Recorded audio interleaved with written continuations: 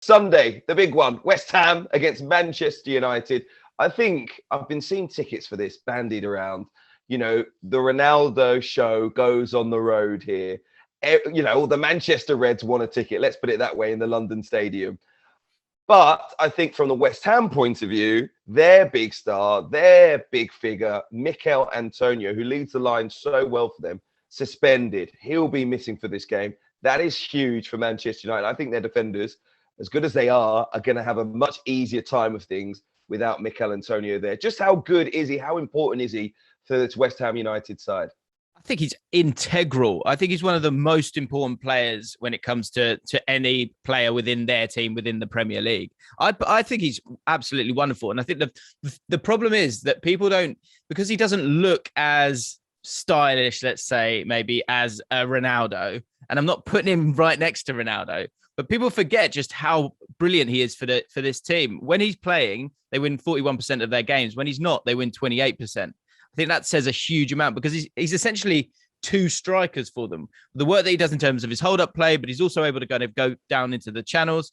The sending off last week was so disappointing for West Ham because they've got so many games to play, and he needs to be playing in all of these. I would put him in my top 5 strikers in the Premier League at the moment because no one needs their striker more than West Ham need Antonio at this moment in time. That doesn't really put him in the top 5, man. Come on, what? Just because give me he's in my top 5. He's definitely in my top 5. There's very few central strikers. I'm talking central strikers, not wide forwards. Okay. So Mohamed Salah, you're not on this list. But yes, look, Harry Kane, of course, Ronaldo, of course, Lukaku, of course. Then I'm for someone who's complete. Vardy. Vardy's great. Vardy's great. He's not scoring the goals that Antonio is anymore. He's getting a little bit older. Firmino's not complete. I think Antonio is a complete striker. I think you can argue against anyone. What's your 5? Michail Antonio is not in it. I mean, I don't mean to be disrespectful. Not even in it. He's got to be in the top 5. I think Michail Antonio works so hard. He's an unbelievable player for West Ham United. He's a leader on the pitch. He's had 4 goals and 3 assists in his first 4 matches. So it's not just leadership he brings. He delivers in the categories that really, really matter, goals and assists for a striker.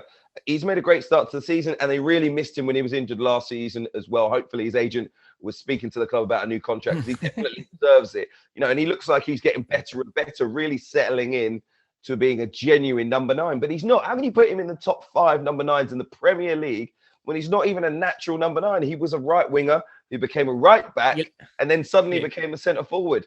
He just hasn't got. I mean, Cavani, you are living in the past, Hugh. You're living in the past. Why? Because I think if you go to me, right, you've got to get a striker for your team. Be it to let's look at maybe even keeping a team up or taking a team from the lower reaches of the Premier League into mid-table or whatever it is with West Ham or Europe. In fact, Firmino doesn't do that for you. I think Cavani's past it now, pretty much. Vardy's getting older as well. Look, Lukaku, Ronaldo, Kane. But after that, I put him ahead of anyone in terms of being a complete striker in the Premier League right now. And coming back to the game, I think it's a huge miss. And it makes it so much harder for a West Ham team that's, coming back from Zagreb and having to play after, again, Antonio scored in that game. I think, look, Antonio and Declan Rice, so integral for this West Ham team. And to not have Antonio, they're going to struggle to score goals against Man United, who have been quite open in that first game. And of course, it got a draw against Young Boys in the week. And they'll want to bounce back. I guess on the other side of it, in terms of strikers then, Hugh, Ronaldo, it's all we can talk about right now. And he's delivering as well in terms of his first week at the club. Very, very strong start from him. But does he start in this game? How do you manage Ronaldo throughout the season? Well, this is a big question for Ole Gunnar Solskjaer. 36 years old, Cristiano Ronaldo, going on 37. You need to take care of him. You want him to be involved in the big games, semi-finals and finals towards the end of the season, not just involved, at his best. So in terms of sports science, there's a huge job. He really takes care of himself. We see the physique. We see the output. He's still right up there with the best players in the world. We know what he's done for himself, but ultimately you need to help him along that way as well. And that means, especially in the Premier League, where the games are harder, the pace is faster. There are big tackles that go in, and Cristiano Ronaldo might be targeted. He certainly will be a player that I think the opposition will want to stop, and they will have to do that by any means necessary at times, because we know how good he is. So towards the end of the season, there's going to be bumps, there's going to be bruises, there's going to be fatigue. How do you make sure he's still at his best? I think they need to look at their fixtures and really plan when Ronaldo is involved, because Manchester United are top heavy, whether we like it or not. Anthony Martial, Marcus Rashford, Mason Greenwood, Edinson Cavani, Cristiano Ronaldo, and more. Of course, you can add attacking midfielders to that.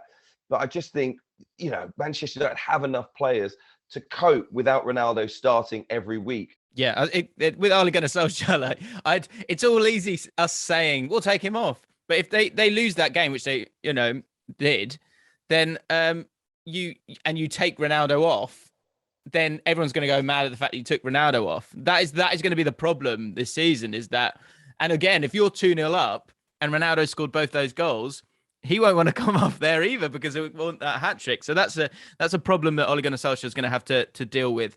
Let's get to your prediction on the game then. So first of all, does Ronaldo start? Second of all, do Man United win? What do you think?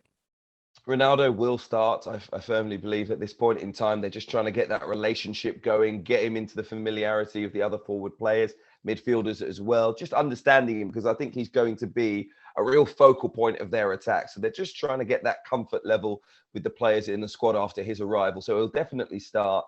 Hopefully he comes off with Manchester United having a healthy lead, but I actually think it will be a tricky game for them. I think West Ham United are far better organised than people give them credit for.